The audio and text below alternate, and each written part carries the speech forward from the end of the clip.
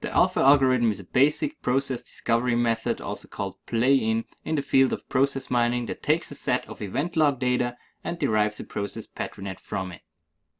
To understand the alpha algorithm, we need to look at three basic rules on how to derive models from event data. First, there's temporal dependency. So B follows A, but A never follows B.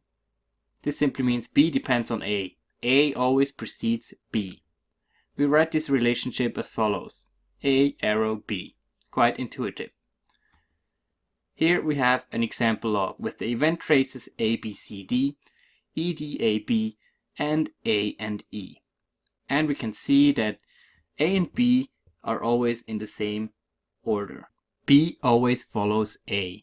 So we have this temporal dependency. And this is the building block in the patronet. Next, there's temporal independence.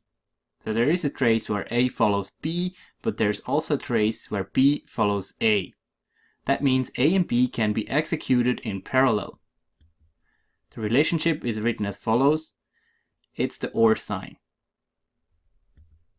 And again, here we have an example log with the event traces ABCD, EDBA, and A and E. And here we can see now, once we have the order AB and once there is BA. So we could execute these in parallel. We have a temporal independence here. And that's what the patronet building block would look like. Lastly, there's independence. There's no trace where A follows B or B follows A. It's written with the hashtag symbol. And here is an example adopted from the ones from before. And we can see here that A and B are not directly following each other. They are independent. There is no patronet building block for this case. Now let's have a look at the actual algorithm. Boom, here it is. Well, that looks quite confusing and kind of scary, right? But let's translate these steps into plain English. And you'll notice that it's actually quite simple. So step 1 means we define all events in the event log. Step 2, we define all possible start events. Step 3, we define all possible end events. So really simple so far. Then step 4 is crucial. We calculate possible sets A and B such that all events within A and within B are independent of each other, and all events in A should be causally related to events in B.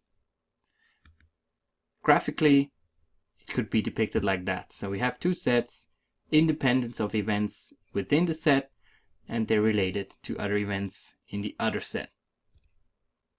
Now we will look at an example after this and to understand this better, but let's finish the rest of the steps in the algorithm. Step 5 is drop non-maximum sets. You'll see later what that means. Step 6, we create places for all derived sets and add start and end states. Then simply step 7, draw the connections, and then we return the patronet. Let's go through these steps with this event log right here. So we have 3 instances of event trace ABCD, 2 instances of the event trace ACBD, and there's 1 instance of AE and D. So step 1 is very simple. We just define all events that occurred. So that's A, B, C, D, E. Possible start events, that's just simply A. All the traces always start with A. And then define all possible end events, that's also straightforward. All the event traces end with D. Now, here's the crucial step. Step 4.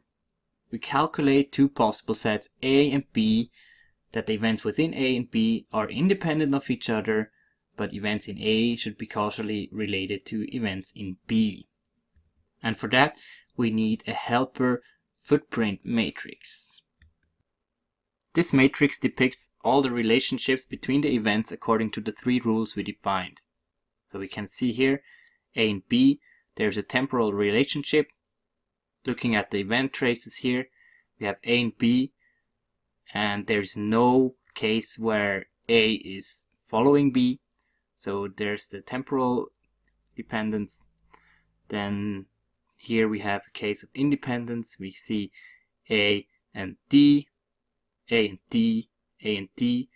There's no direct order here. There's no direct fellowship between A and D. They're independent. And then lastly here the case of parallelism or temporal independence. We have here one case where B follows C, and we have here one case where C follows B. Okay, and so with this matrix we can define the set according to the rule 4. Trivially, we can define A and B, right? A is independent of itself, and B is independent to itself, and A and B are causally related.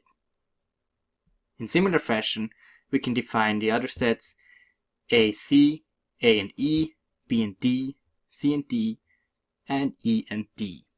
These are the simple cases. But then we can also define A and B and E. That works because A and B and E are causally related. So you can see here A and B and A and E. There's temporal dependence. And A is independent to itself, and B and E between each other, they're independent, as we can see right here, B and E. Okay, so we can see here we follow the rules as specified. And in the same manner, there's also the possibilities A, C and E, B, E, D, and C, E, D. Now the rest of the algorithm is quite simple. Step 5 is drop non-maximum sets.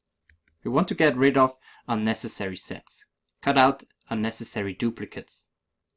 We can see here that we're just left with 4 final sets. Why? Well, for example, look here at the first one. We have A and BE. And this one can be decomposed into A, B, and AE. So those are aggregates for this one. We don't need them individually. And similarly for the other cases. They are aggregates for those main 4 sets here. Okay, then in step 6, we create places in the patronets for all the derived sets, and we create corresponding input and output transitions, plus the final start and end state. And we also draw the connections. So the sets to be mapped are ABE, ACE, BED, and CED. Now that is going to look like following.